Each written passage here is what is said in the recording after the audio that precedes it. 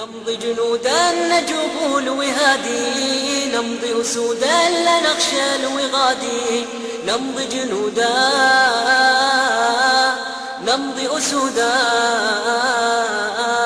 I'll give you an example that wallahi I don't know an example in the dunya that is clear as this example in proving this point. Hadith in Bukhari and Muslim of Usama ibn Zayd radiyallahu anhu. The Muslims were fighting kuffar, and there was one warrior from the kuffar who was taking care of business. He was getting down on the battlefield. When he was taking care of business, the Muslims, the companions said, look, tomorrow somebody has to deal with that guy. Someone has to make it his business just to go and deal with that guy, and we're going to get everyone else. Usama ibn Zayd said, Hu Ali, I'll deal with him, I'll take care of him. And another companion. They went to the guy the next day and they overpowered him. One narration said Usama had his sword, another narration said he had a spear. He overpowered him and he got ready to kill him, and the guy said, Ashhadu an la ilaha illallah. And Usama killed him. They took the news to the Messenger of Allah sallallahu alaihi wasallam, and Rasulullah became clearly, apparently upset. Ya Usama, aqataltuhu ba'da ma qala la ilaha illallah? Ya Rasulullah, innahu qalaha khawfan min as-sayf. Ya Usama, aqataltuhu ba'da ma qala la ilaha illallah? Ya Rasulullah, innahu qalaha khawfan min as-sayf. يا أسامة أقتلته بعدما قال لا إله إلا الله؟ يا رسول الله إنه قالها خوفا من السيف.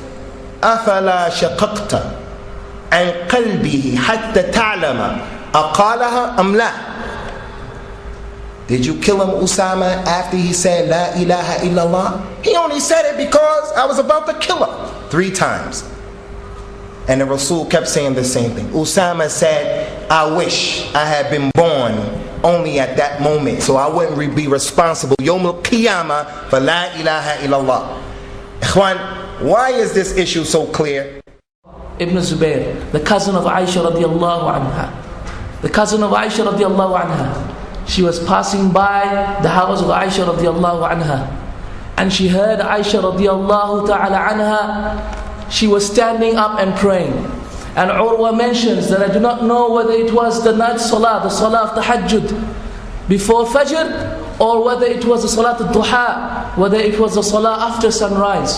For I do not know which salah it was. Yet I passed by her, and she was standing up in salah, and she was reciting from the Quran. And then when she came upon the verse of Allah subhanahu wa ta'ala, فَمَنَّ اللَّهُ عَلَيْنَا وَوَقَانَا عَذَابَ السَّمُومِ.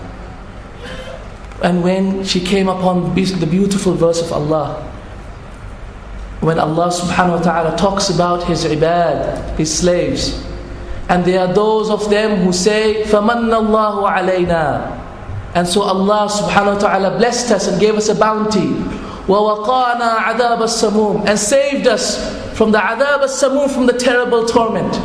From the terrible torment, Allah subhanahu wa ta'ala saved us. And so Urwa continues.